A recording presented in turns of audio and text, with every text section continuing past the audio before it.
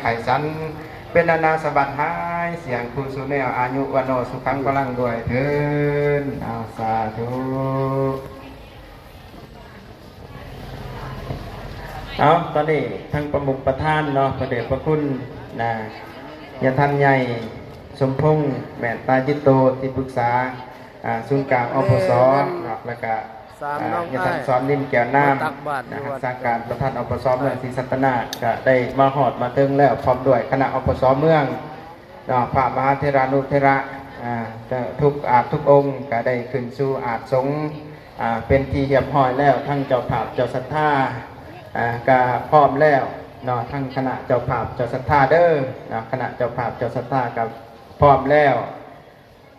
ฉะนั้นแล้วต่อไปนี่ก็คือสิทั้งจันทร์ชินวัตรเฮาก็คือสิพร้อมแล้วจันเนาะ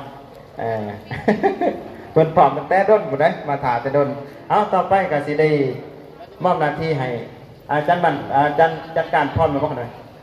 ขั้นพร้อมแล้วกันต่อไปก็สิขอเจริญพรเนาะเชิญทั้งทั้งเจ้าภาพเจ้าศรัทธาเอาทาก่อนเนาะเอากระช่วงว่าทากันสิถือโอกาสได้เจริญพรได้ปอนได้ยังแม่เอายังแม่ยังน้อนี่เนาะไม่ออกตันเนาะ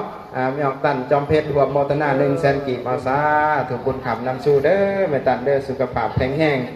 เนี่ยมาห่วมตั้งจิตมาแต่ไกลตั้งใจมาแต่บ้านเนาะบ้านจอมเพชรอยู่ใกล้ๆวัดนี่แหละเพิ่นว่า